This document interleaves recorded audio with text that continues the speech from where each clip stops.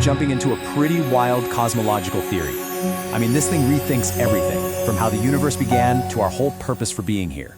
We're talking about a creator that's way beyond our understanding, and this endless cycle of cosmic death and rebirth. So yeah, let's get right into it. So to even begin to get our heads around this idea, you've got to start with this one massive number, 13 billion years. That's how old our universe is, give or take. And really, that number is the foundation for this whole theory. It's a timeline so huge, it's almost impossible for us to actually, comprehend it. Okay, so here's the first major piece of the puzzle.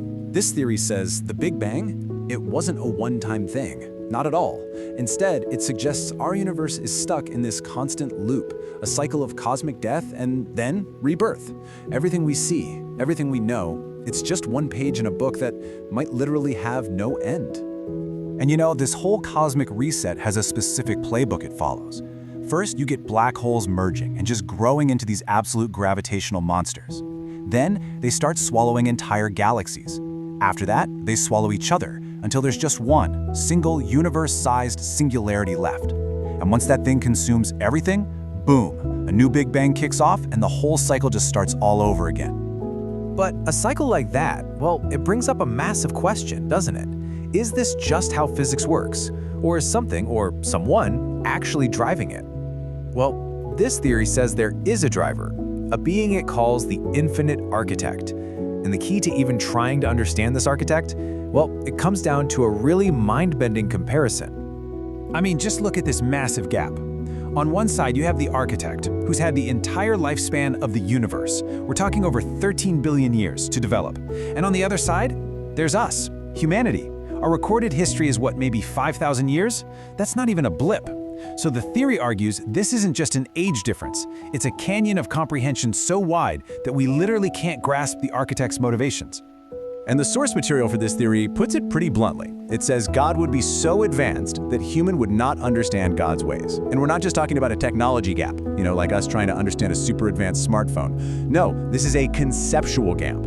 It's interesting because the theory even points out how this idea lines up with a lot of religious texts like the Bible that talk about the ways of a higher power being totally beyond our understanding. So, okay, if this cosmic architect is real, what does it actually do? Well, this is where the theory brings things from the cosmic scale right down to our own backyard.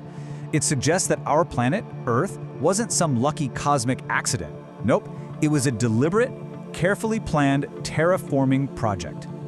And the supposed blueprint for Project Earth is just fascinating to think about. The theory claims that our water was delivered on purpose by ice comets, that massive planets like Jupiter were put in place to act as cosmic bodyguards, protecting us from asteroids. Even our moon, they say, was specifically designed to be highly reflective. And get this, the dinosaurs?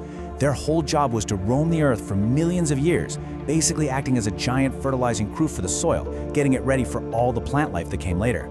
Wild, right? Okay, so this raises the obvious question, right? If some super advanced architect built our world, where is it now? Why isn't it hanging around? Well, the theory has an answer for that. It's not gone. It's just busy. Apparently, after getting things started here, it moved on to other projects across the cosmos. But, and this is a big but, it didn't just leave us high and dry. So the idea goes, after kickstarting life on Earth, the architect took off to keep working on other projects elsewhere in the universe. It doesn't step in directly, but it left behind something kind of like a user's manual, a book that was designed to pass along critical knowledge and guidance from one generation to the next. All right, so we've talked about this huge cosmic cycle, this ancient architect, and the idea that Earth was deliberately terraformed. All of these pieces build up to the theory's final central point, and it frames it as a direct question to you and me. The question it poses is this: with all this evidence of what looks like a grand design, everything from the cosmic cycle itself to the very specific placement of our moon, does it really make sense to just conclude that there's nothing behind it all? Even after all this? And that's really the final challenge that this whole idea leaves us with. It's asking us to weigh all of these incredibly intricate, seemingly purposeful details of our existence against the only other option, that it was all just one big random cosmic accident. In the end, this whole framework boils down to one simple, absolute conclusion.